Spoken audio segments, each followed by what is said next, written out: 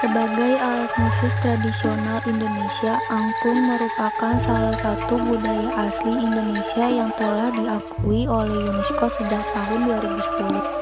Angklung sebagai alat musik yang dimainkan dengan cara digoyangkan sehingga menghasilkan bunyi yang dari benturan bambu sesuai nada yang dimainkan.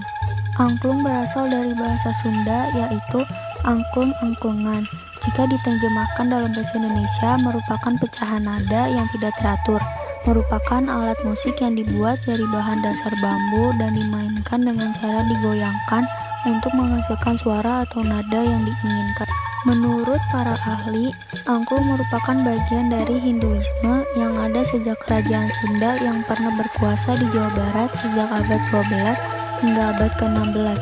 Dan diperkirakan sejak saat itulah tercipta awal mula angklung tercipta. Angklung digunakan oleh masyarakat biasa saat itu untuk dapat menghibur dan menyenangkan Nyai Sri Pohaci yang diyakini sebagai dewi kesuburan bagi masyarakat pada zaman tersebut. Masyarakat Sunda menggunakan angklung sebagai pembangkit semangat dalam melakukan peperangan dan juga tidak kenal takutnya peristiwa perang. Angklung digunakan sebagai alat musik pengiring perang dari kerajaan Pajajaran sehingga pada zaman kolonial Belanda.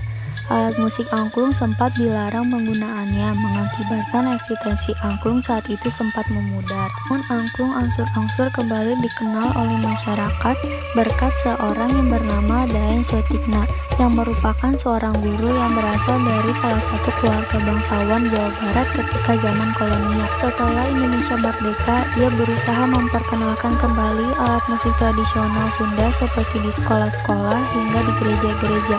Dengan kerja keras tersebut, Daeng Soetigna mendapatkan berbagai macam penghargaan sehingga ia lebih dikenal Bapak Angklung Indonesia dibandingkan seorang guru.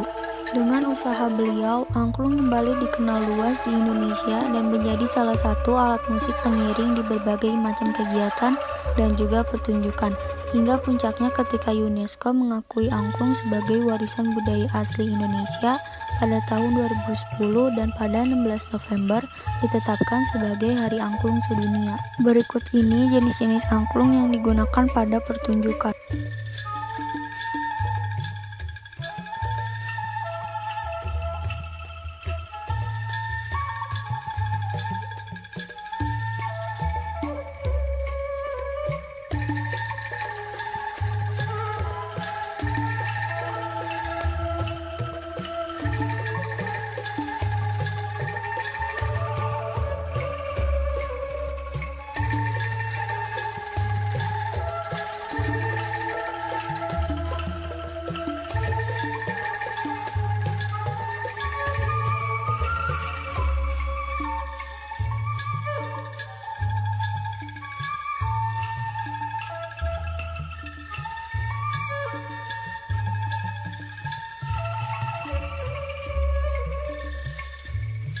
Pada era modern seperti ini, angklung masih bertahan, bahkan angklung semakin dikenal luas di dunia. Nasib angklung sebagai alat musik tradisional tidak begitu terpuruk. Hal ini juga berkat dengan Daeng Soetigna yang bekerja keras memperkenalkan angklung dari alat musik kelas bawah pada masa kolonial Belanda hingga menjadi universal sampai saat ini. Pada era milenial seperti ini, saat ini angklung sudah mampu menyesuaikan diri dengan perkembangan zaman, sehingga kreasi-kreasi khas angklung yang nyaring didengar sampai saat ini. Sampai saat ini sudah ada alat musik modern terinspirasi dari angklung